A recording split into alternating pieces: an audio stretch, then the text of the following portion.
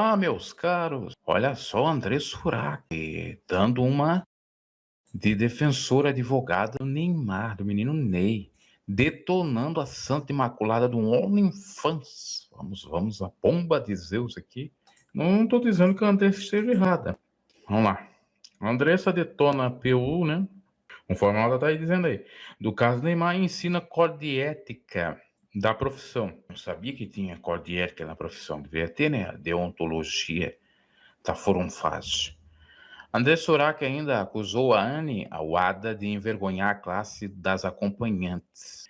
Porque tem muita coisa aí que está sendo falada que não bate, né? Não dá lé com cré, não tem nem pé em fundamento, alho com bugalho não se ajuntam, é por aí. André Surak usou as redes sociais na última quarta-feira, 19, para enviar um recado a Nayara Macedo, conhecida pelo nome artístico de Anne Awada. A jovem afirmou ter se envolvido com Neymar durante a festa e Urak decidiu alertá-la sobre a repercussão de suas declarações. A ex-fazenda ressaltou que Nayara estava lidando com uma figura muito admirada no Brasil e perguntou se ela possuía provas do que estava divulgando na mídia. Querida ex-colega, você já teve os seus segundos de fama, os seus dias de fama, e eu sei que isso vicia, tá?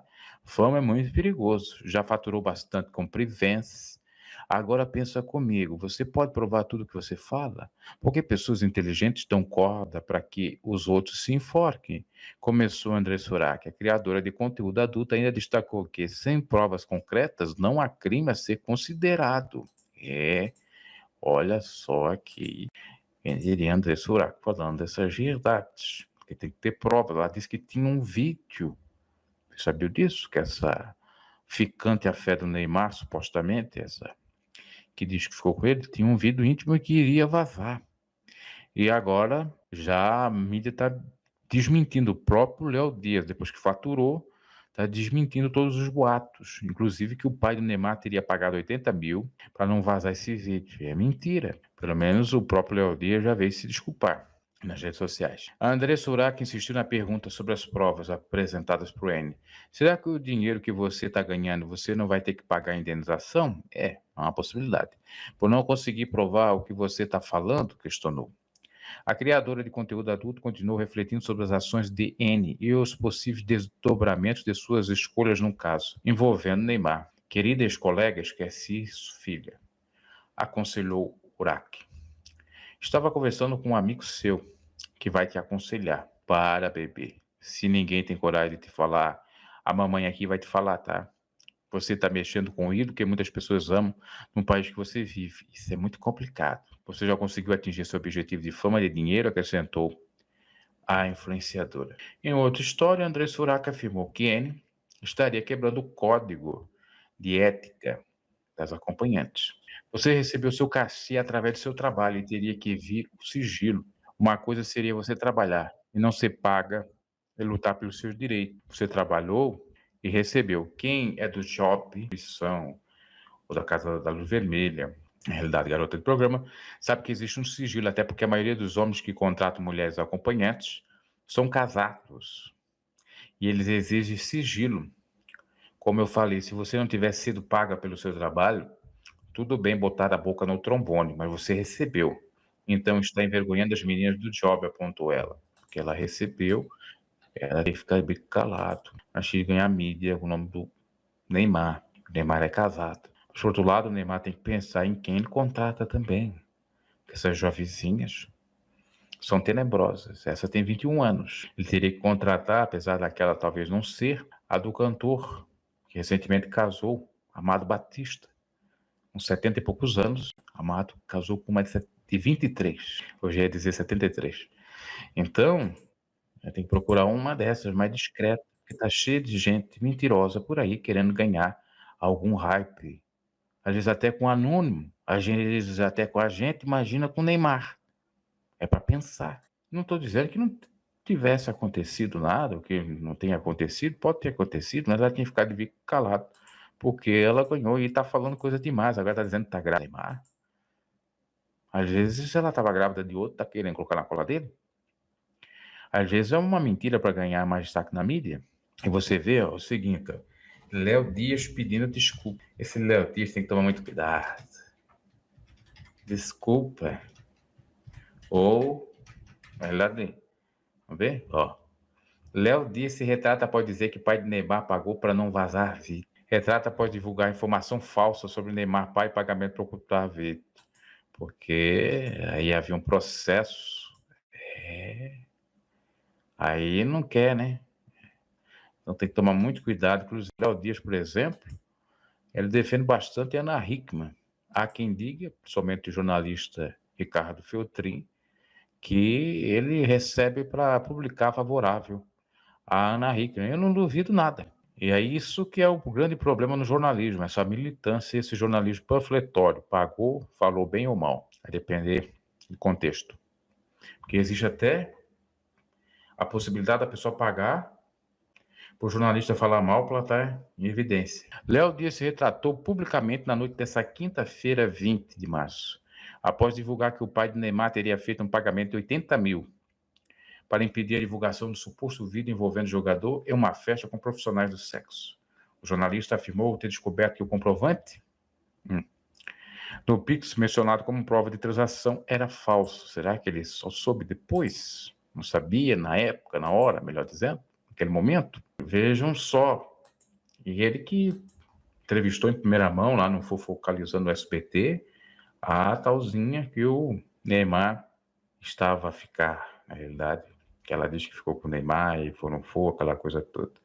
Olha a carinha do Léo aqui incomodadinho. Olha o Léozinho. Olha aquele tristezinho, porque agora tem que voltar atrás. Vamos escutar o Léozinho. Venho publicamente me tratar sobre uma informação veiculada recentemente, na qual foi divulgado que Neymar pai teria realizado um pagamento do valor de 80 mil reais de um Pix, assim, né? com o objetivo de evitar que um vídeo envolvendo seu filho, Neymar Júnior, fosse divulgado após um evento ocorrido no dia 10 de março. Após uma rigorosa investigação e checagem dos fatos, constatou-se que o comprovante do pagamento de 80 mil que o jornalista teve acesso era falso e que, portanto, a informação divulgada era incorreta. Neymar pai fez, inclusive, um boletim de ocorrência que tive acesso.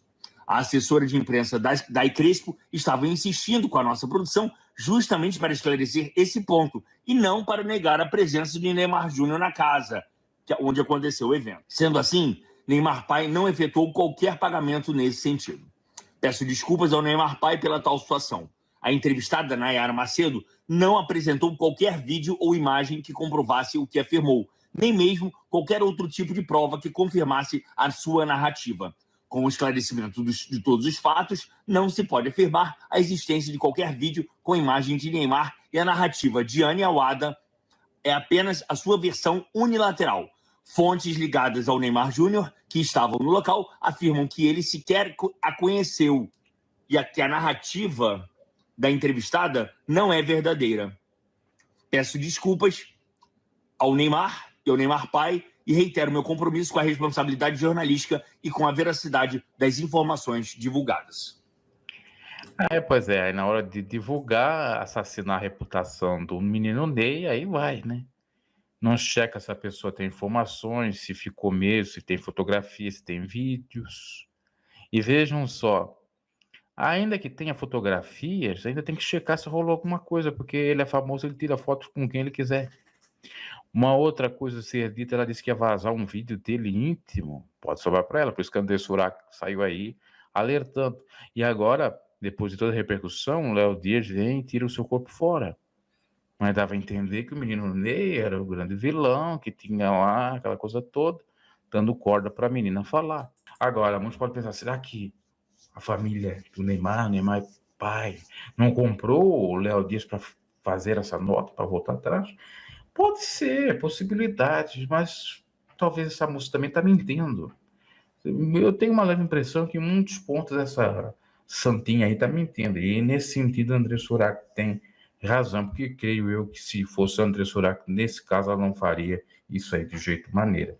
Agora, já que eu falei num termo aí, jornalismo panfletório, eu quero mostrar aí o que seria isso. o que é esse tal de jornalismo aí que eu sou contra. E quando comecei a ver notícias, talvez assim, com vontade, querendo até ser jornalista ou se antenar dos fatos, eu me deparei com esse termo, comecei a entender que poderia ser manipulado pelo jornalismo. Isso deve ter acontecido lá pelos anos de 2010, da década passada. Aí tem esse termo aqui, ó, jornalismo panfletório.